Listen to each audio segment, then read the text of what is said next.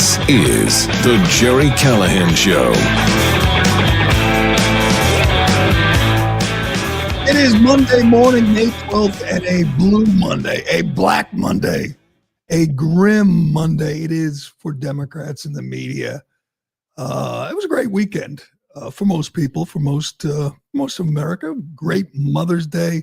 Not for Democrats, not for the media, not for the Trump haters, not for lunatics like Roberto here on the comment line, who said it is fascist propaganda for MAGA-tards. He writes, the spread of propaganda associated with the MAGA cult has become a central issue in creating a parallel fiction reality for many of its supporters. Tough day for Roberto. Where to begin? I suppose we should begin with the stock market, which is up almost 1,000. This is at 9:35 a.m., 5 minutes since the opening bell, up almost 1,000. It is taken off like a rocket ship, which is no surprise. We have a trade deal with China. We have a pause on the tariffs. The tariffs like that went from 145% to 10% on Chinese imports to the U.S. So you can get your Chinese junk, you can get your dolls, you can get your pencils without a big tariff. Those ships that were just waiting out at sea, they're heading to our ports, and they'll be unloading all that Chinese crap made by slaves again. So everyone should be happy. There's going to be a meeting, an in-person meeting between Zelensky and Putin this week, apparently. There's a ceasefire in Pakistan, and the fighting between Pakistan and India, the ceasefire in which Marco Rubio played a central role. Donald Trump announced a massive decrease in pharmaceutical prices. That was a big bomb. And today, I think the best news of all, Eden Alexander is coming home. He's the, as far as we know, the only living American hostage, 21-year-old kid from New Jersey. He is apparently going to be released today, Donald Trump announced. So Eden Alexander is coming home, and Kilmar Obrego Garcia is not. That is a tough break for Democrats. They're not going to get their favorite MS-13 gangbanger home, but we are going to get an American who's been held hostage by Islamic savages for 582 days. Now, he's probably not going to look good. He's been tortured, starved, probably beaten, abused.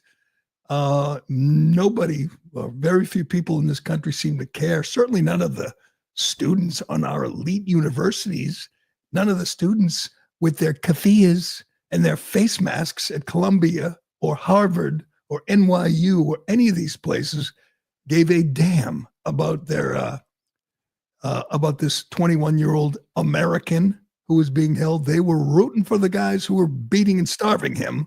They're still rooting for him, which is just madness.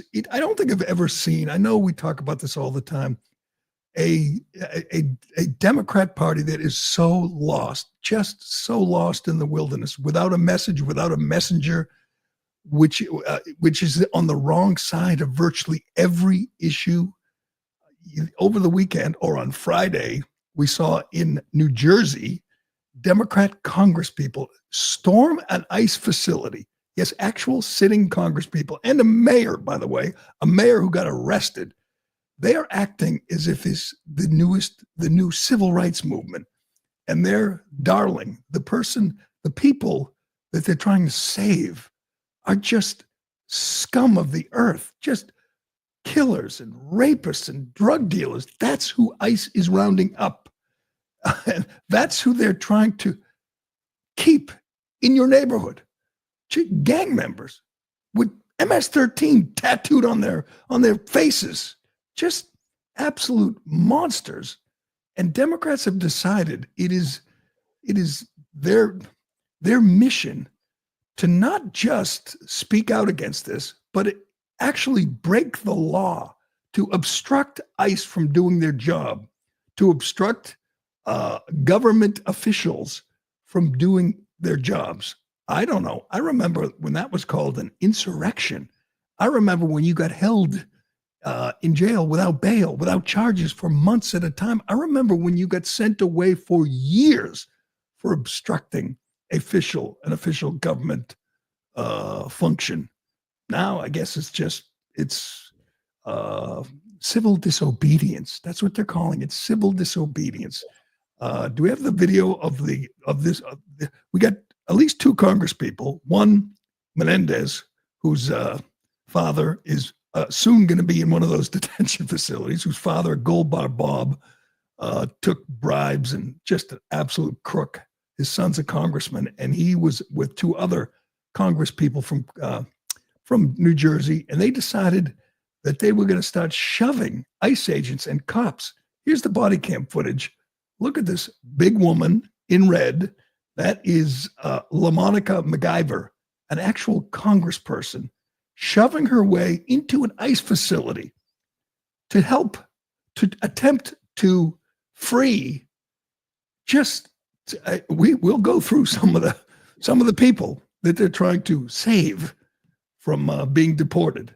Here she is. She makes her way through the fence, literally shoving ICE agents who are just trying to do their job. She, of course, lied about it afterwards and said she was the victim, of course.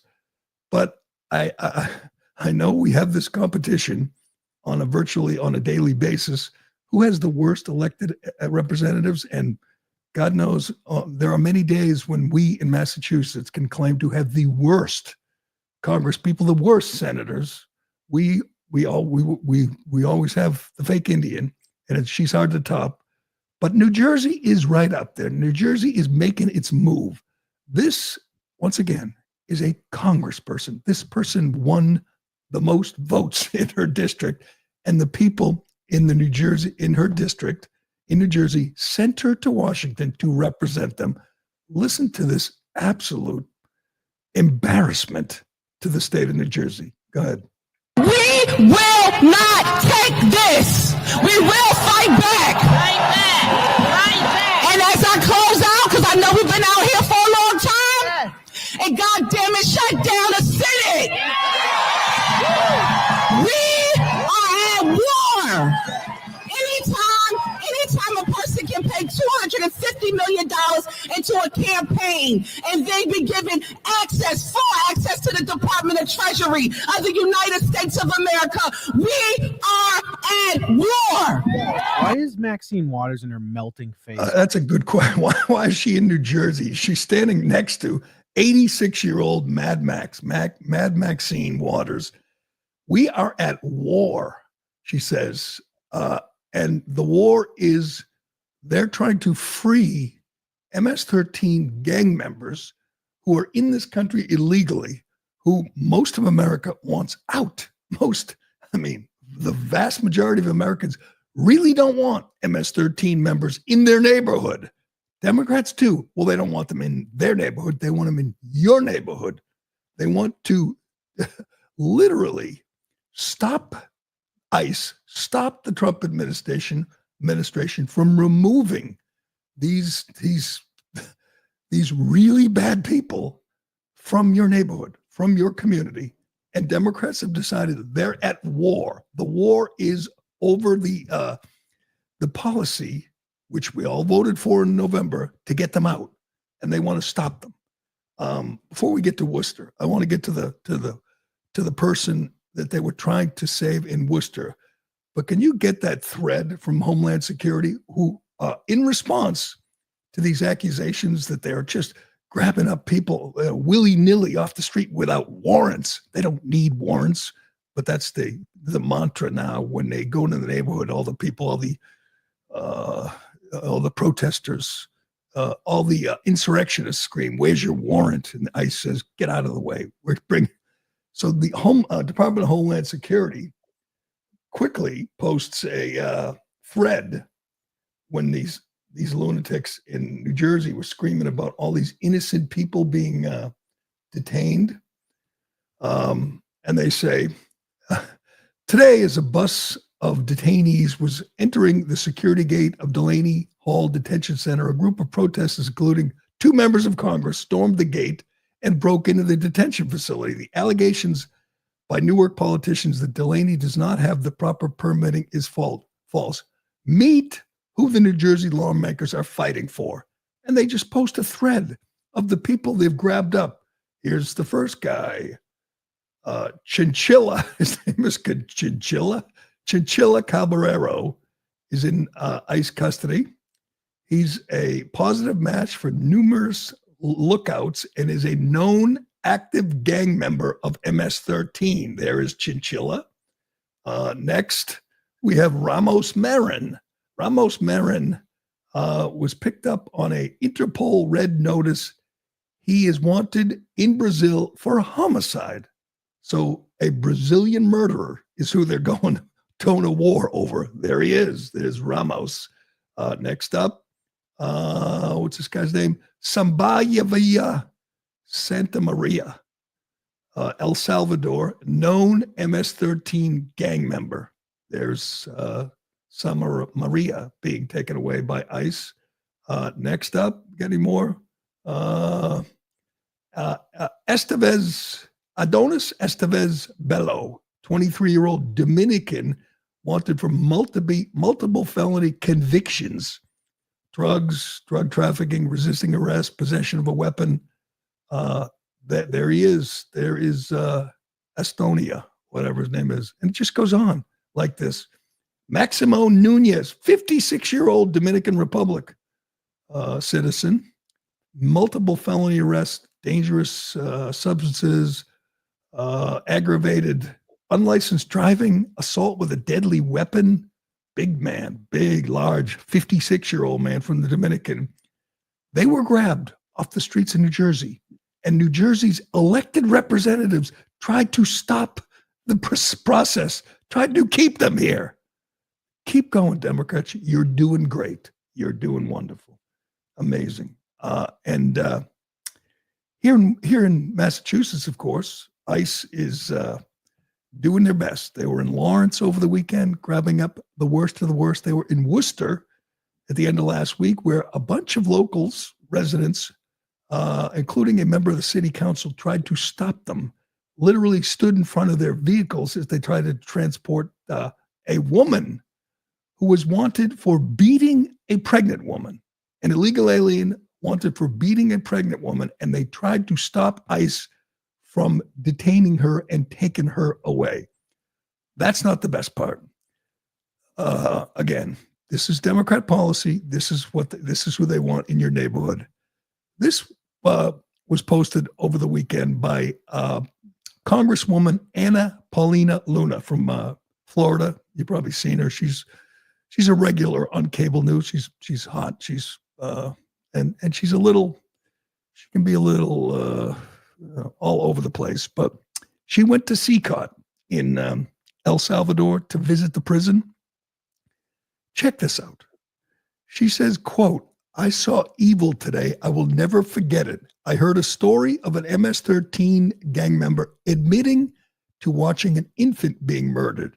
I watched and listened to another member of MS-13 admit to murdering more than 50 people.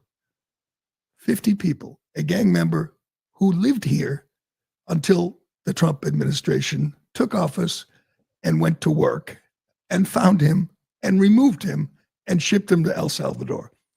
He murdered, so he claims, more than 50 people. Would you care to guess where this guy claimed he lived before he got grabbed by ICE and deported?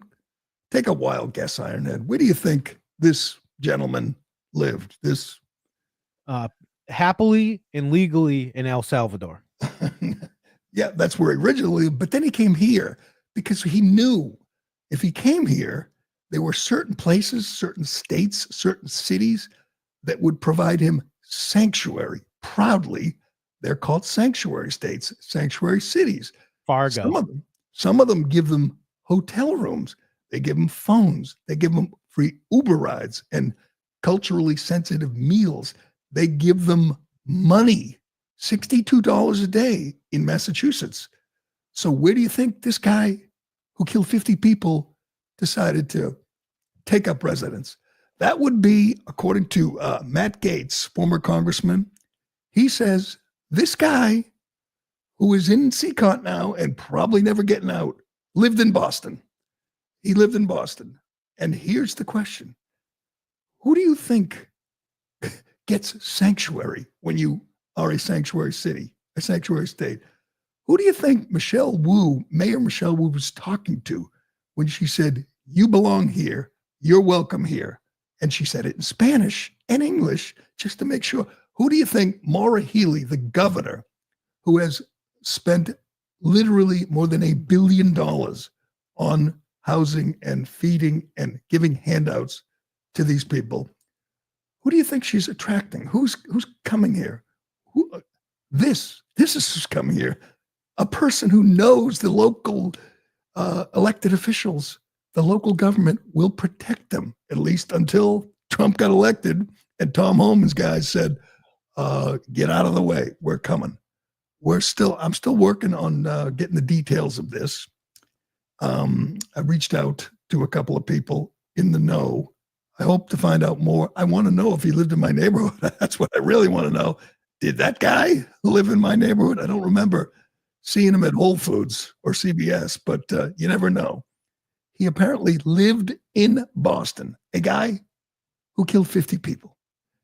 And Democrats still, they're literally getting arrested, shoving ICE agents, forcing their way into facilities and demanding ICE stop coming to get people like that who live in your neighborhood.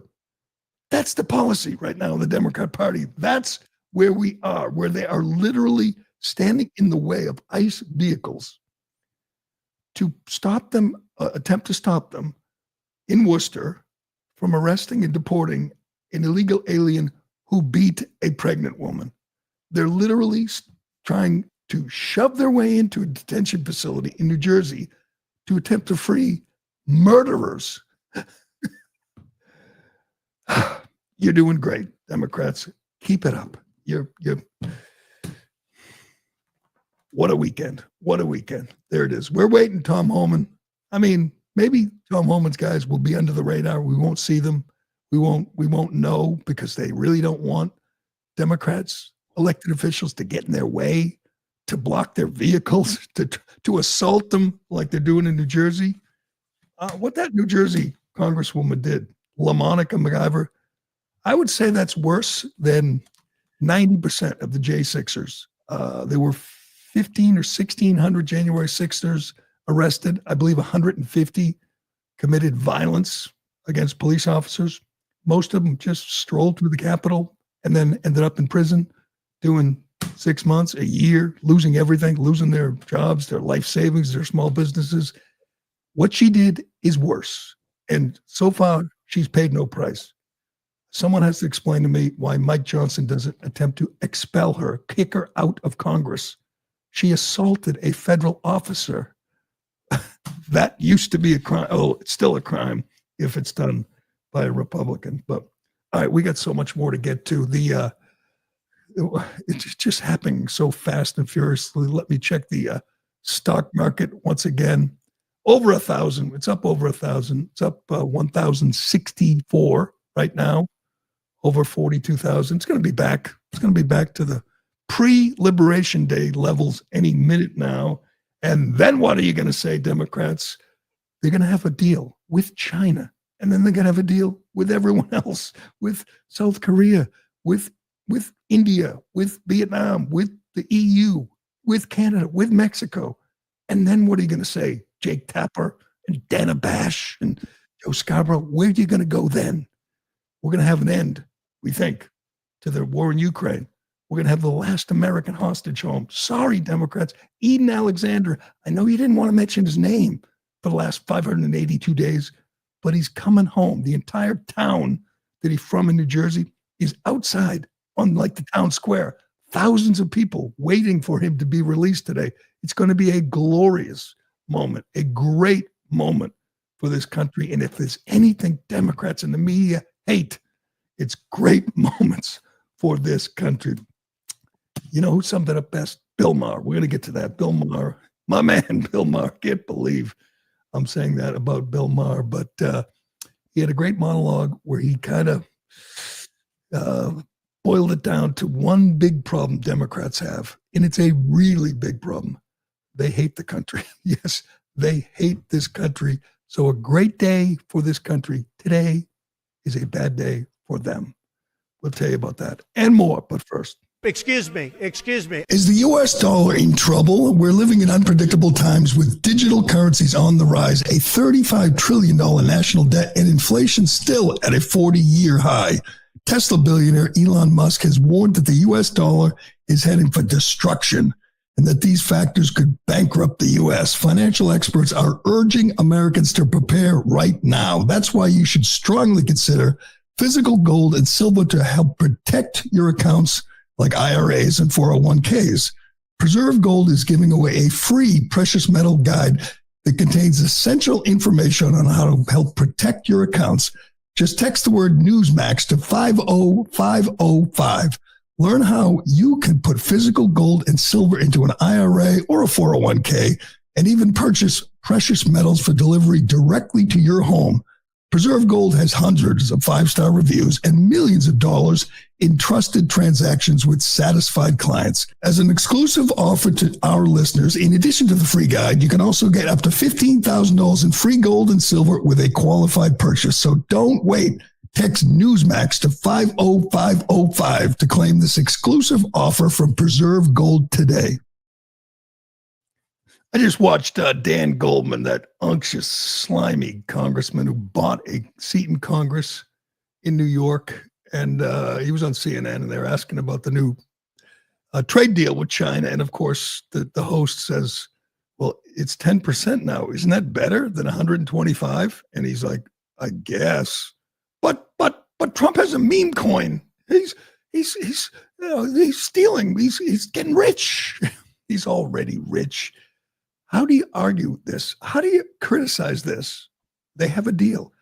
Scott Bessent and his team met the Chinese delegation in Switzerland all weekend, worked for tirelessly around the clock. That's what this administration does.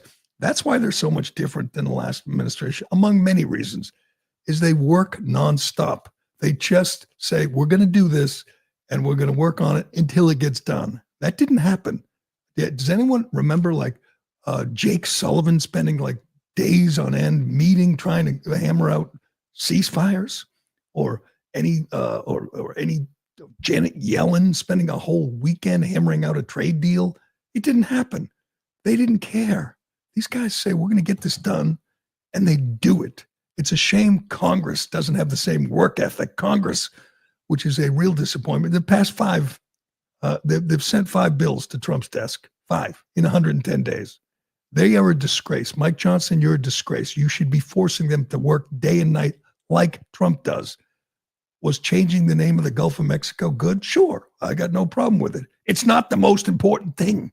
You have much more important things. They should be codifying into law all these executive orders, and they should be doing it until it's done. If that means working more than 2 days a week, I know it's tough, Mike Johnson and Congress. I know you're not used to actually putting in a whole day's work, but you have to.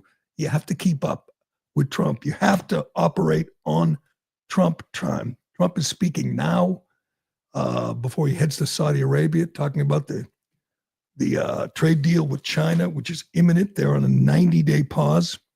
The trade deal, the ceasefire deal with Ukraine and Russia, which is coming.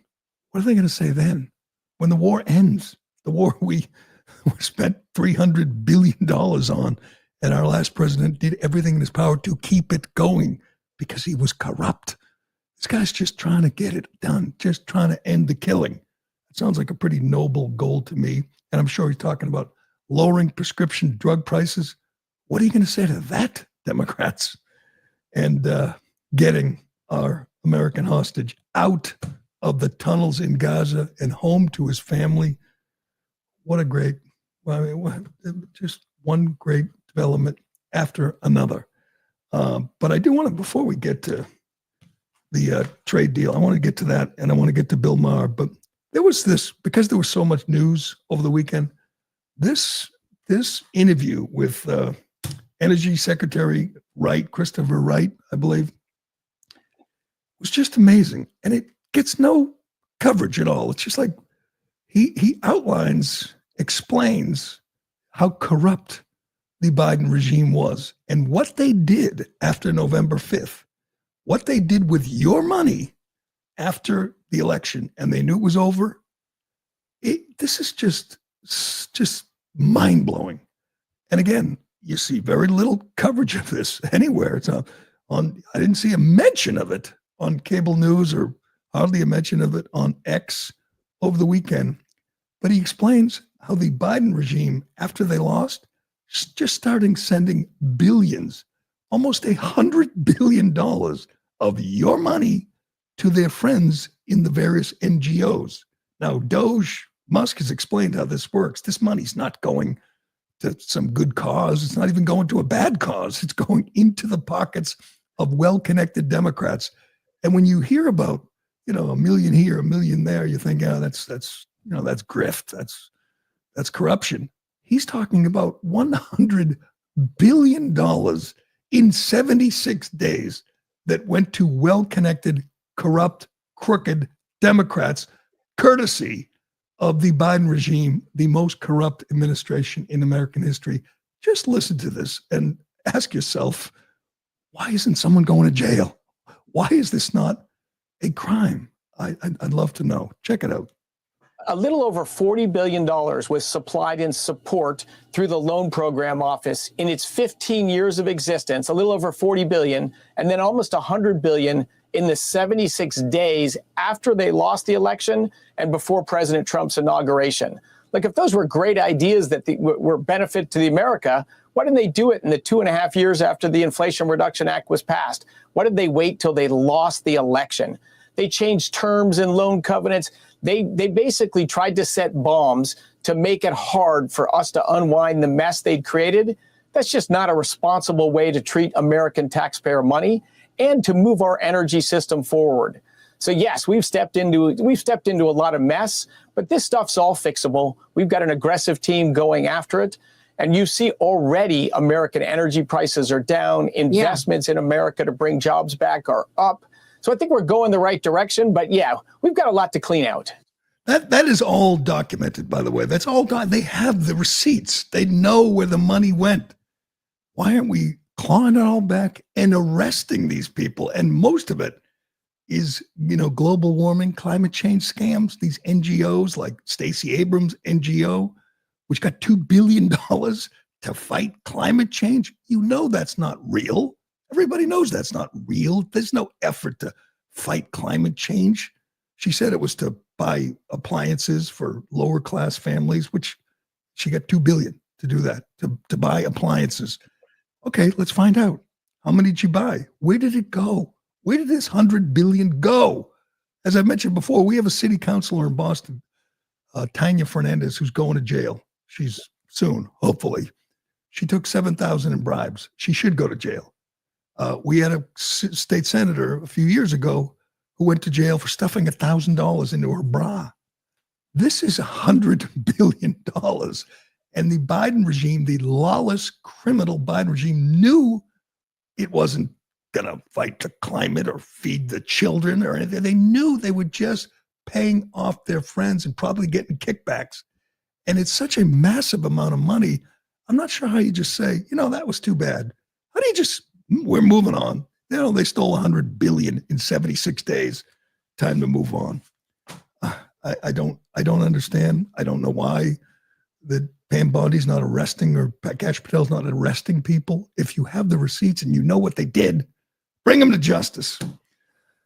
Let's play that CNBC clip because this is amazing. The media is forced to cover this deal, this new trade deal with China, and there's no downside. I mean, again, I ask the question every day since Liberation Day. When he signs new deals, here's one thing we know. They'll be better than the old deals. That's a fact. The new deal with China is better than the old deal. The new deal with the UK is better than the old deal. He's going to have 100 new deals eventually. It's going to take months.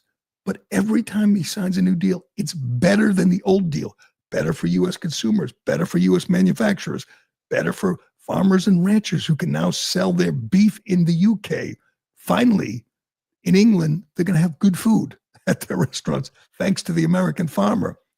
They're going to have in a matter of days, we're going to have a better deal with China. You're still going to be able to get your cheap junk made by slaves on Amazon. It's not going to be any problem with that, but we're going to have more. We're going to sell more to them. It's going to be better for this country. And all the panicking and screaming and wailing and gnashing and all for the last 8 weeks has been performative. It's just been an act because we knew there would be new deals and we knew they would be better than the old deals.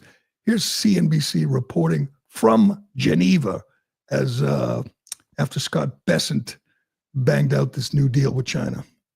Here in Geneva, we witnessed marathon talks over the last 2 days, 8 hours of discussions on Saturday, several hours more yesterday, and they've yielded a major breakthrough. As you noted, we've seen the U.S. and China now agree to slash tariffs for 90 days. So both sides have agreed to cut tariffs by 115%. In terms of China's tariffs on U.S. goods, it's now going to come down to 10%. The U.S. tariffs on Chinese goods going to drop from 145% to 30% because you've still got some levies on fentanyl in there. During the 90 days, the Trump administration, Secretary Scott Bessent saying the two sides will negotiate. The U.S. will continue moving toward a more balanced trading relationship. There you go. Okay, now what? Now what do you say? Dan Goldman, you clown. Now what do you say? Joe Scarborough, what? What's the response? Is Roberto, the crazy liberal, still on the chat line? You got to explain to me what the problem is with this deal, Roberto. I know what they're going to do. They're going to talk about this plane that Trump has taken from Qatar, a $400 million plane, which is going to be the new Air Force One, a gift from Qatar. Sounds a little questionable, but they're going to do it legally by the book. It is definitely not bugged. I think they're going to look for bugs and scan for listening devices and explosives, I think. But hey, saving the taxpayers' money. We're getting a free plane from Qatar, $400 million. We don't have to pay for it. And Trump apparently is going to keep it when he's done. When he, after he wins his next term and the one after that, he's going to walk away and keep it. But all right, we got to get to this Bill Maher stuff, and which is so good. So good. Oh, and we got more from the Pope's brother. I'm telling you, this is a good sign. The Pope's brother is based.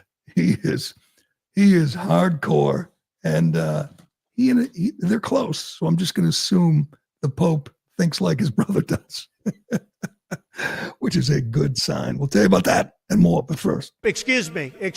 Are you a yo-yo dieter? You diet, you lose weight, you gain it all back, plus a few extra pounds. Then later you lose it, regain it again and again and again.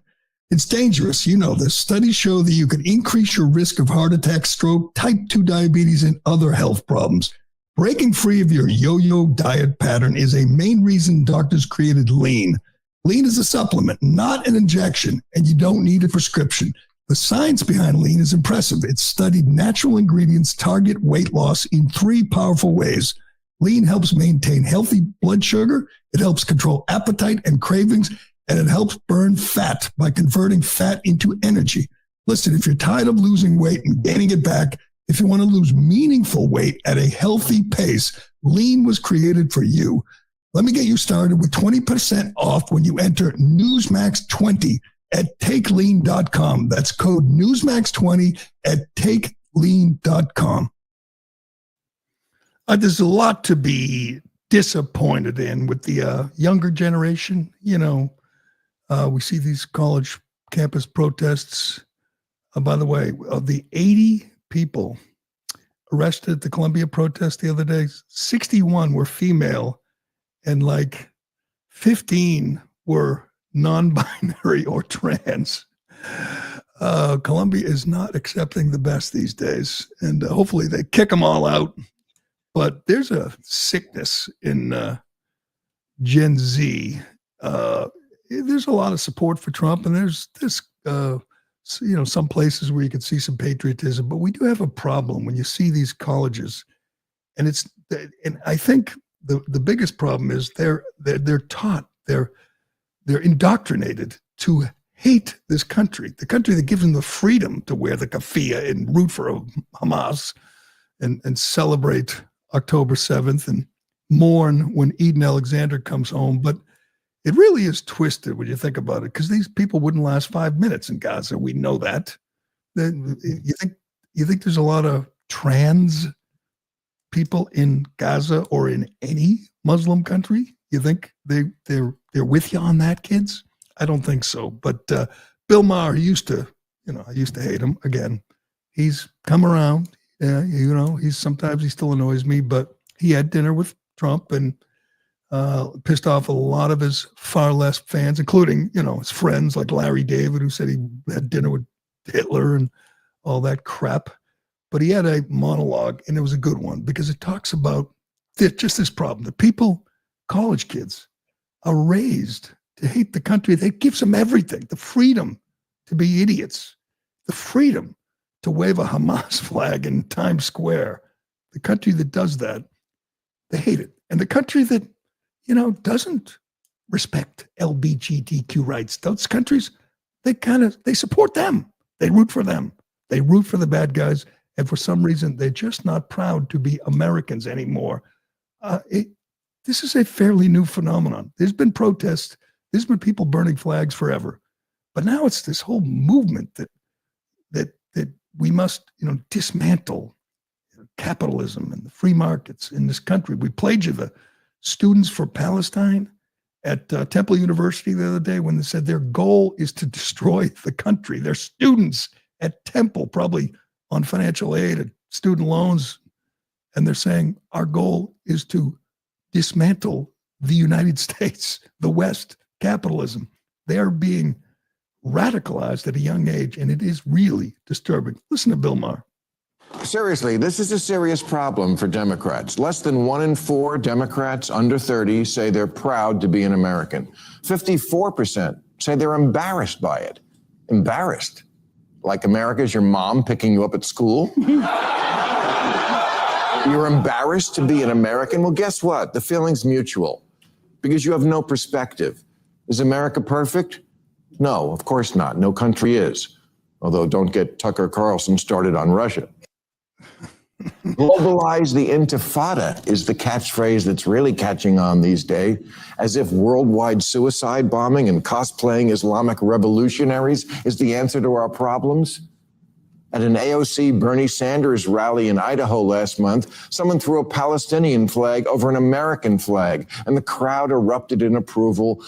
What should have happened after that is one of the adults on stage should have told their young, loyal followers, this is not a symbol of freedom. This is. Yeah. That's Bill Maher. He's waking up. He is not woke. He has woken up. Obviously, he still doesn't like Trump. He still supports Democrats. He still, he bemoans the decline and fall of his party. That's what he does. That's what Democrats who are paying attention do. They don't sit there and say, what we should do today? We should try to get MS-13 guys out of detention and put them back in the neighborhoods. They don't come out. They don't try to get Kilmar Garcia back. They try to get Eden Alexander back. That's what you do if you're an American. You try to get the American who's being held by Hamas savages home. Still waiting to see if Eden gets released. They're going to make a show of it. They're going to do, because they are scum. They're scum of the earth. They're subhuman savages. They're going to try to humiliate him till the very last moment.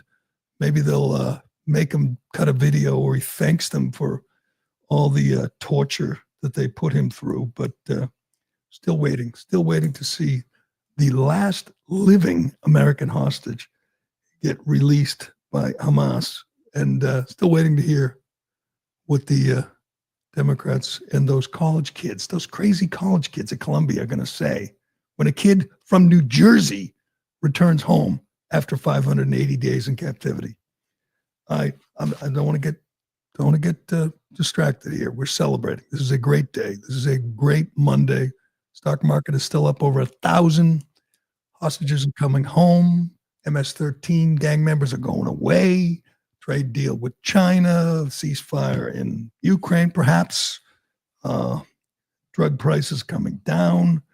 And the Pope just might be, he just might be MAGA. You know what? You're never going to have a Pope who's going to be for borders, strong borders. It's just not. They have to. It's kind of a rule. You have to support open borders and pretend it's compassionate to let immigrants pour into your country and rape and pillage. It's compassionate to support the open border policy of the Bidens. So he's not going to support open borders.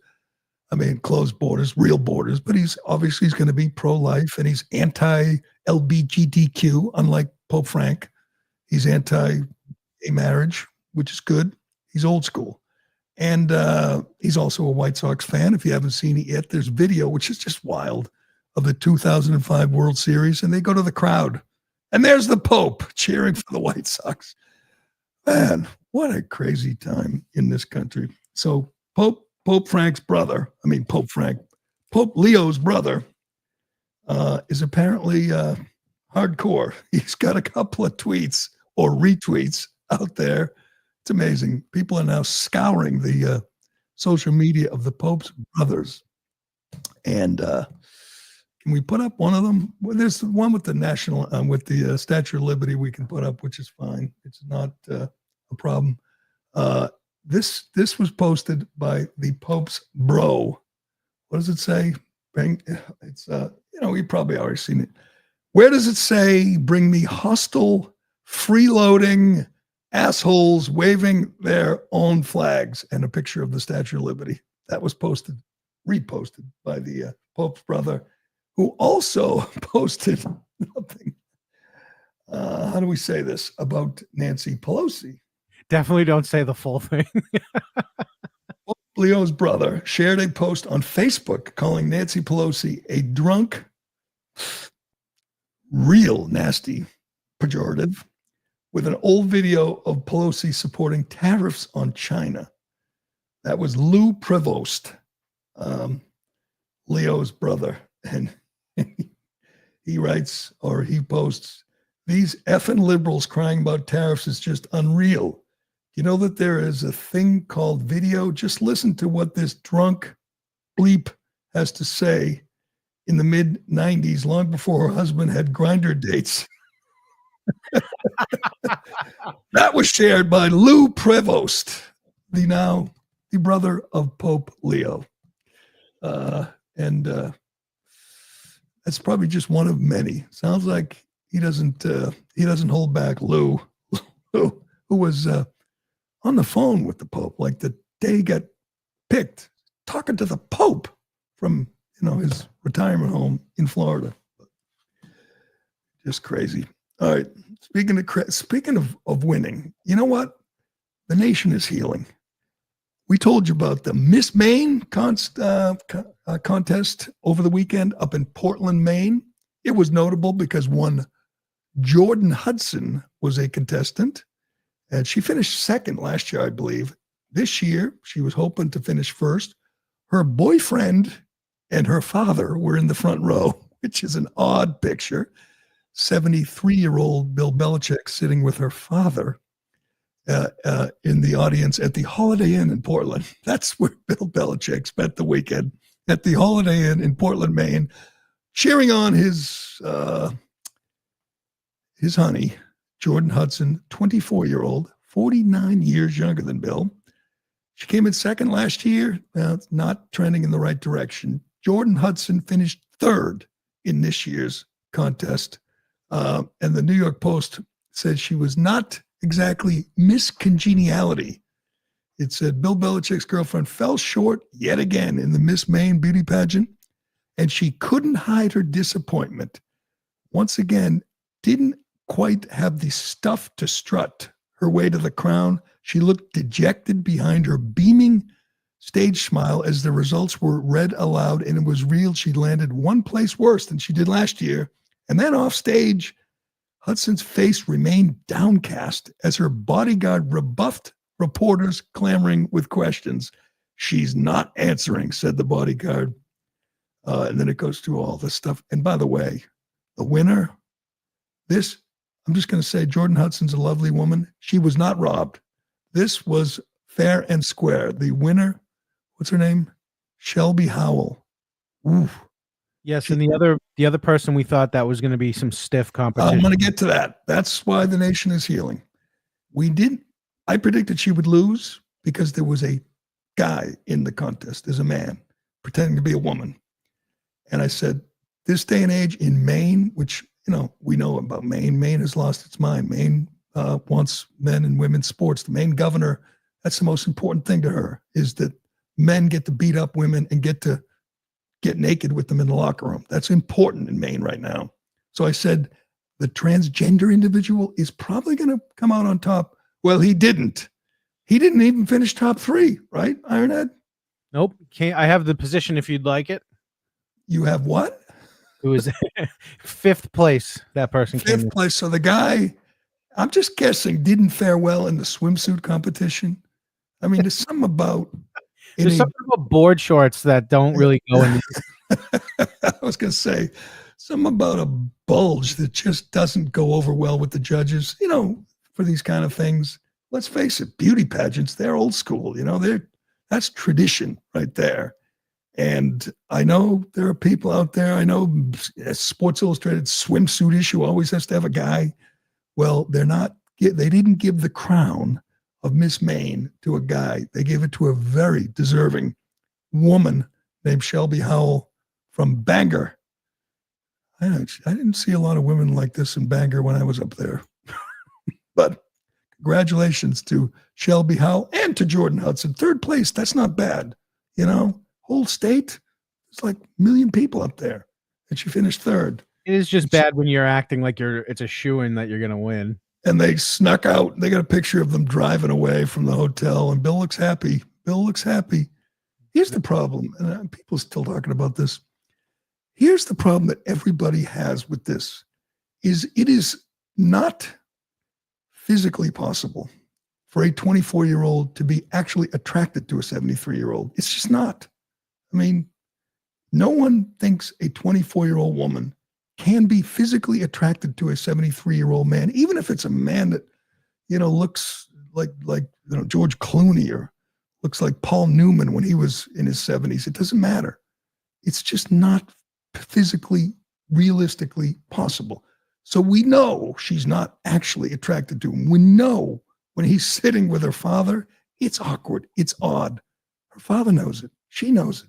Everyone knows there's no real, affection there. There's no real bond. It's just out of convenience. And, she's attracted to power and money and fame. That's obvious. But hey, as long as he's happy, I guess, who are we to complain? But it must be so funny, though, because her dad is probably like a gigantic fan of his.